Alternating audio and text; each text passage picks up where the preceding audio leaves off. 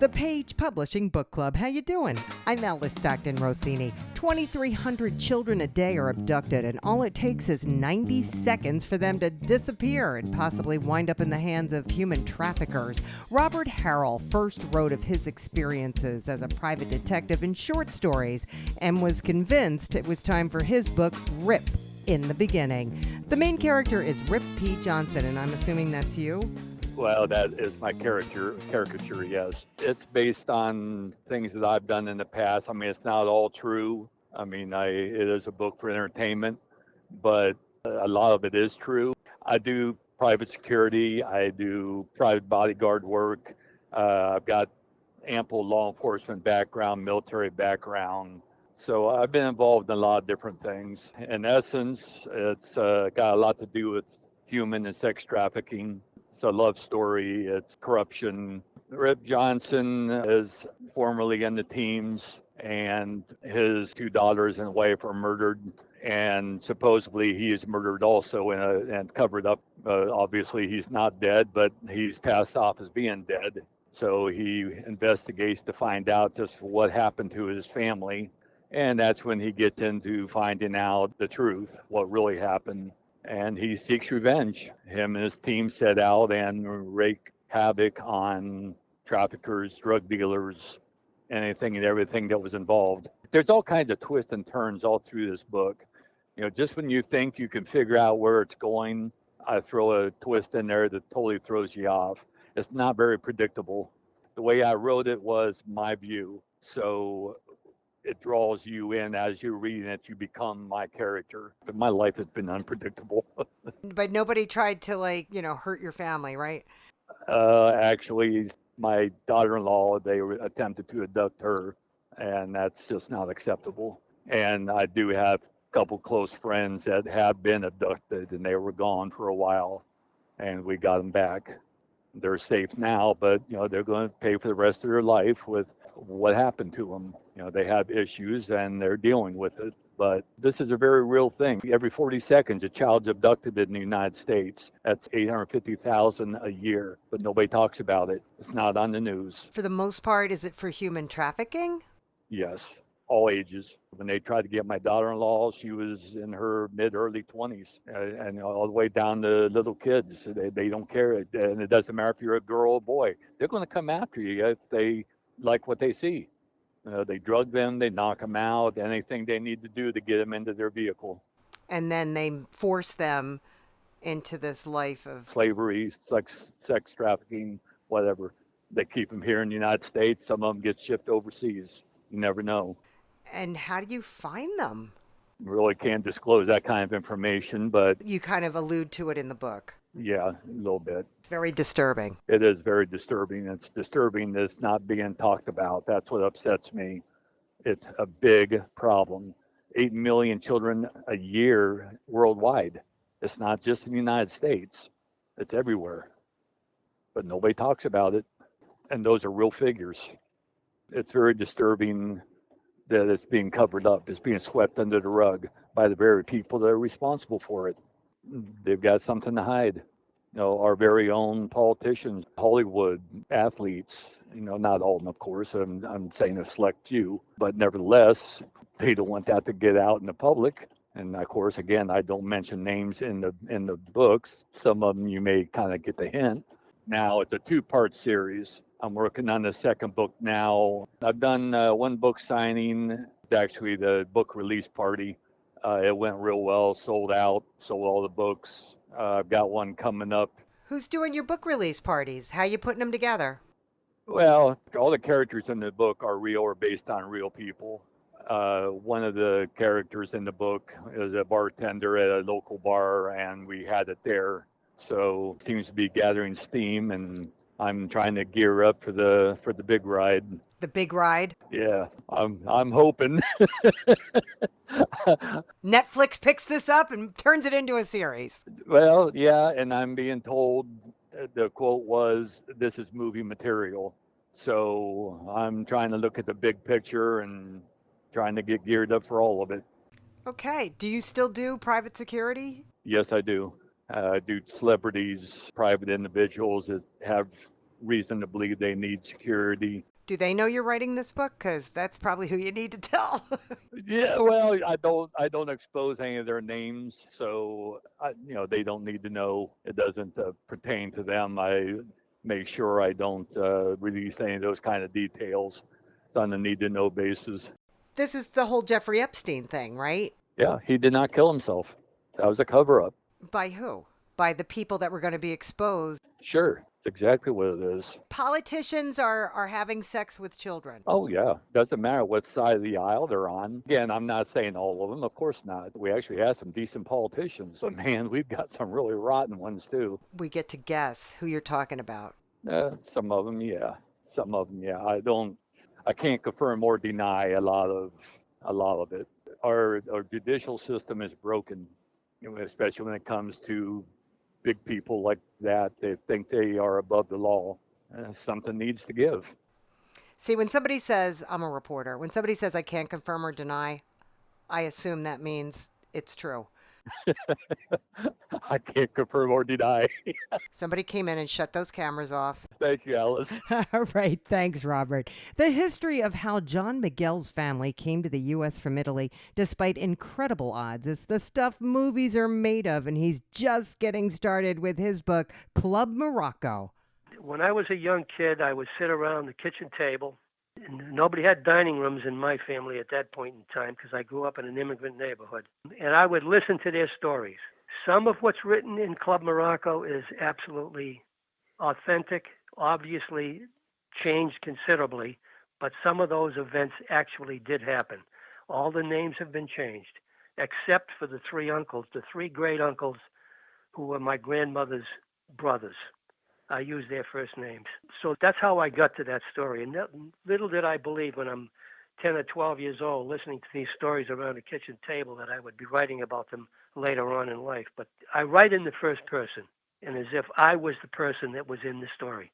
They call him John Boy. Giovanni, the main character, the protagonist, is a young teenager in Club Morocco who lived the things, the good and bad things that happened during the period after the Second World War and into the early 50s.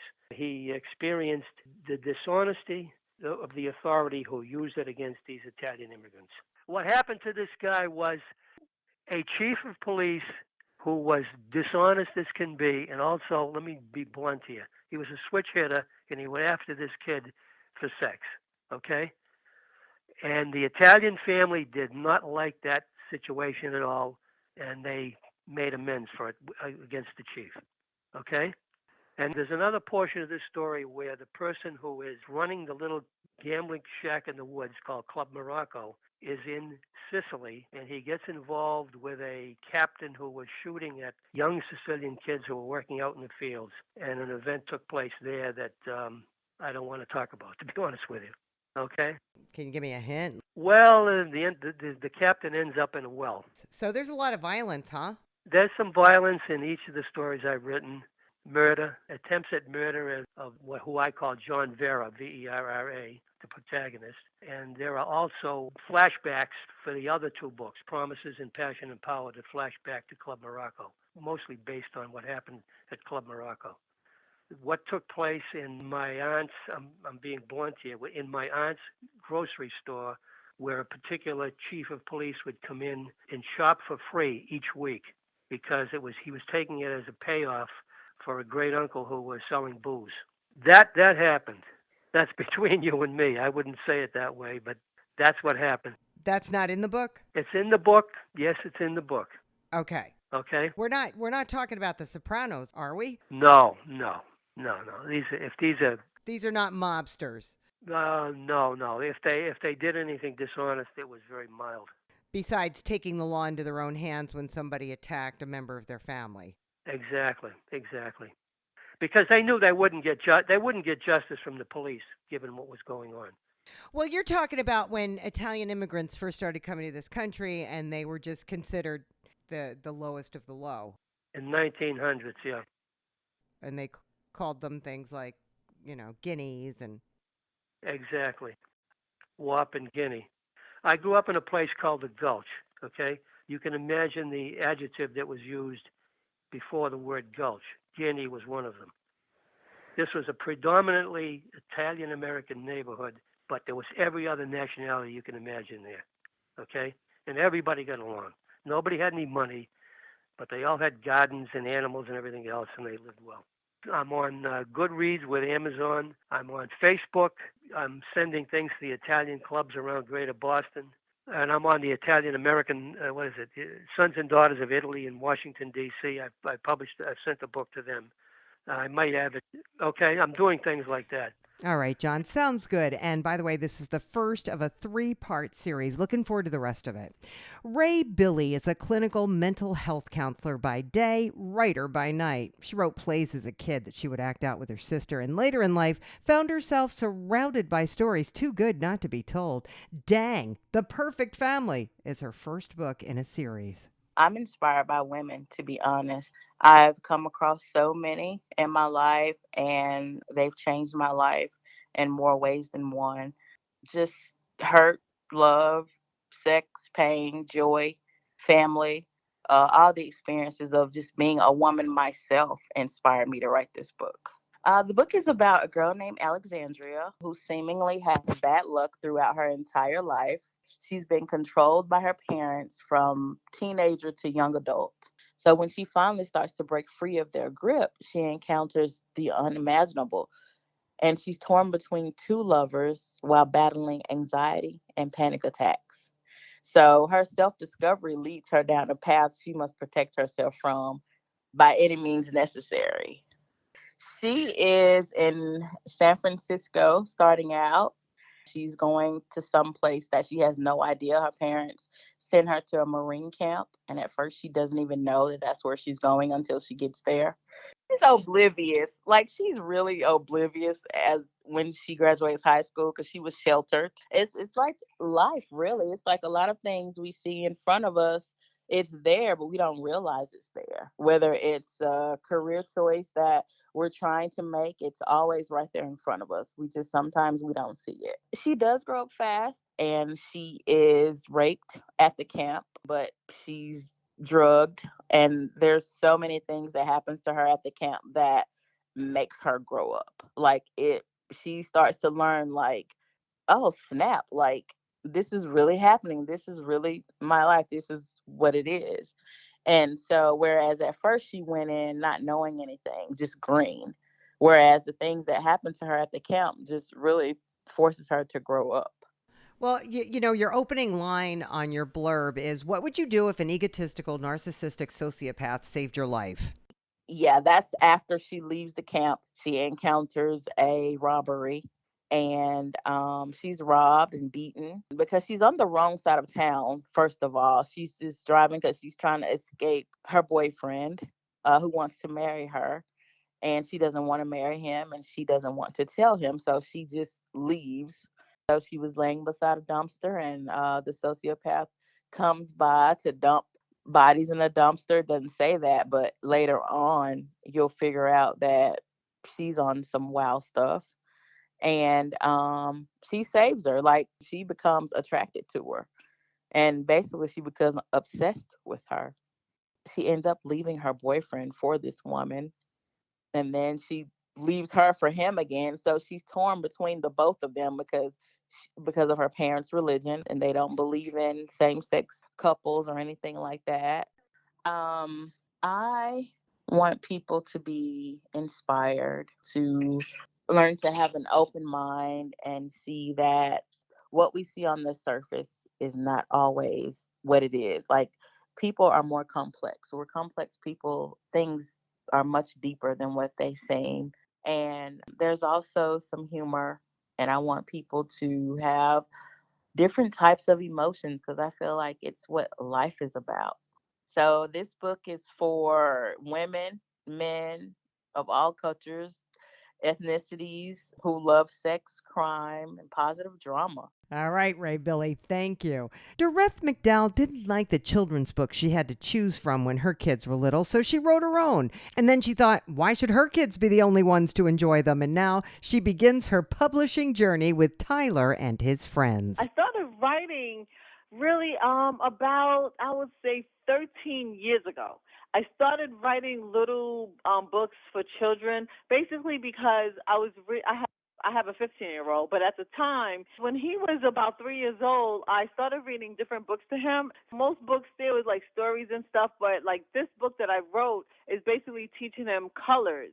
So it was just basically about him and his friends, their activity for the day, and I just wanted, parents to read, and as they're reading, they'll point out the colors that Tyler's wearing a blue snowsuit and stuff like that. So this is one of many of my books, and my older kids, they kept getting on me, Mommy, why don't you publish your book? Why don't you publish your book? So I decided to publish my first book. How many books do you have ready to roll there? I have 10 more books. So when your kids were little, you put these books together for them. Yes, basically, yes. There's some with Tyler taking an airplane ride by himself. With this book, it's basically about Tyler and his friends, and they had a snow day, and what happened is that they decided they want to enjoy their snow day. So they all get dressed, and all of them is in different colors. So this teaches the children Tyler's wearing a blue snowsuit. Xavier's wearing a green snowsuit. So he's just teaching them basically the colors that the different kids are wearing. So this is for pretty young kids? Yes, I would say so. Age of 3 to 6, 7. Okay. So you're just going to publish one right after the other? I'm going to do one at a time, yes. Are you able to go into schools and read the book? That's what I'm setting up right now. I have a daycare that I used to work at, and I'm going to go there, read the book. And also my younger children are in elementary school, so I also plan to go there to read the book to their classes. And hopefully their parents will, purchase the book.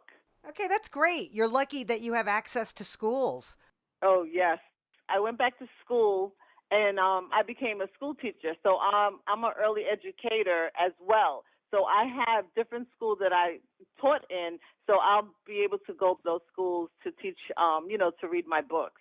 Most of my friends and family already has purchased my books. They love it. And also, my son is going to set it up on my Instagram. So now that we're trying to set up for me to autograph the books. All right, looking forward to the next one. Teresa Lynch first wrote The Adventures of Papa's Hat for Page, and now she's collaborated with her mother, Amelia Randazzo, on the story of Rockefeller, otherwise known as the Owl in the Rockefeller Christmas Tree. A story so unbelievable, you had to write about it, right? Oh, we had to write about it. The story of Rockefeller is based on a true story, and the events that happened to the owl are really amazing, going from his home in the forest in upstate New York all the way to Rockefeller Center in New York City while still burrowed in his nest and surviving. It's truly amazing and a miraculous journey that he made. It was 170 miles from his home in the forest, quite a road trip he took all the way to New York City's Rockefeller Center. I was working in real estate when COVID, shut everything down. We weren't working as much. So I wrote a family story about the adventure of Papa's Hat, which was a family trip we had taken out to the national parks, and a little mystery that unfolds along the way, which my father loses his hat. So being that everything in the world came to a grinding halt that March of 2020, I decided to bring that story to life. And then what happened was in November, when we actually heard about the true story of Rockefeller, my mother and I collaborated on this project. During a time where everybody needed a story of hope and survival. It was sort of like parallel to our lives, which was, what was going on. Workmen had gone into the forest and had, spotted just his tree and, chopped down the tree, hauled it all the way to New York City, set it up in Rockefeller Center, and all of a sudden the workmen spotted the owl and saved him, called the wildlife preserve, and they resuscitated him. He needed a lot of food and water.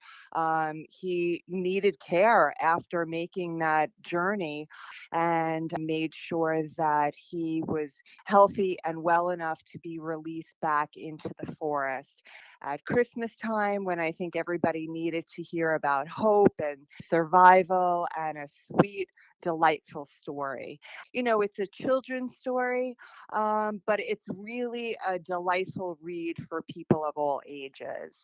Our local wildlife preserve is Sweetbriar Nature Center in Smithtown, New York. We recommend that people get involved in your local preserve so you know what's going on in your community and with the animals. And proceeds of the book go to Sweetbriar Nature Center when we do book signings there. That is great, Teresa. Thanks so much. Josephina Reese has completed her second book in a 3-part series for Page. It's entitled The Dragonfly in the Garden, Book 2, The Caledonia Debian Chronicles. So why don't you bring us up to speed by giving us some background on Book 1? So the first book is The Dragonfly and the Prince. It's an introductory to the main characters and the development of a storyline and a romance. Second book, which is The Dragonfly in the Garden, is a continuation of that romance onto the intergalactic space world. It's a spaceship, but it's like a world inside. Demetros calls it the world ship because they have a very diverse population. He is very an altruistic person. He sponsors a colony that's been started. He recruits for them. He hires professionals that are needed, and that's what brings him to Earth. And that's one of the he meets Dominique when he goes to a production that she's doing. She's a ballerina. She's also an ice skater. So he goes to that and he's infatuated. Well, the love affair continues on in the second book. The first book is the prince falls in love at first sight with this young woman. She is a orphan. She has been living at an institute for gifted children. Well, she's getting ready to age out of that institute. She's going to be 21, and when you're 21, you're no longer a child. So she will not have a place to live. So she does the performances that they have scheduled, and they take advantage of this young woman. She's very talented. She's very smart. There's an individual that is extremely evil. Is the only word I can say. He's evil. He wants Dominique to control, to promote, to exploit. Now, the prince finally gets to talk to her and he pulls her out of receiving line. They have a whirlwind courtship. She marries him. And then he sends a message to his father that he has taken a wife. Well, the king, Ben-Gesserit, is not happy. His son has now aligned himself with a very unimportant woman from Earth. This ain't right. He ain't going for this. So in the second book, they arrive at the world ship. She is greeted with fanfare, with people who just absolutely love her. She proves to them that she is worthy. She now has a family. She now has protection. She knows that when the king arrives, he is going to probably dissolve the union. So she goes to her good friend Nashoba and says, I must learn the language. Dominique not only learns the language, but she can speak it fluently with no accent. So the king comes in. He sees this tiny little woman that is curtsied so low, she's pretty well prostrate in front of him with his son by her side. He draws her from the floor and she addresses him in flawless Caledonian. He is intrigued. He wants to talk to her without hundreds of people around. Well, of course, Demetros is concerned about his bride because this man could eliminate who he doesn't like. He says to her, it appears my son has coached you well in what to say. And she fires back at him, Prince Demetros does not give me my words. I am an intelligent woman and I will act as one. he is like, whoa, nobody except for my son has ever spoken to me like that. But in the story, what I'm trying to portray is the perfect love affair, love at first sight, intergalactic with multiple twists in the plot, protagonists, heroes. You have romance, controversy, everything that would make an interested reader want to read the next chapter. All right, Josephina, thank you so much. And that is it for this edition of the Page Publishing Book Club. If you want to find out more about our authors and their books, go to pagepublishing.com and tell all your writing friends to download the podcast at 710WOR.com. Not only will you get some insight into how writers come up with ideas, but some of the interesting ways they promote their books as well. You know, sometimes it's harder than coming up with dialogue for your characters, you know, the whole promotion thing. And if you're not real familiar with social media, it's a good idea to find someone who is, so you can start a conversation online with potential readers, whether it's through Facebook, Instagram, Twitter, whatever. Other authors have had luck just going to the local library, inviting friends and family, and talking about the process of writing. I mean, it's pretty impressive that anyone finds the time and determination to sit down and write a book. And the process really is interesting, especially to people who want to do it, but just haven't been able to get over that hump. This show is airing on 9/11, and I just want to take a moment to remember all those who lost their lives in the terror attacks, and all the families and friends and other Americans who will never forget. I'm Alice Stockton Rossini.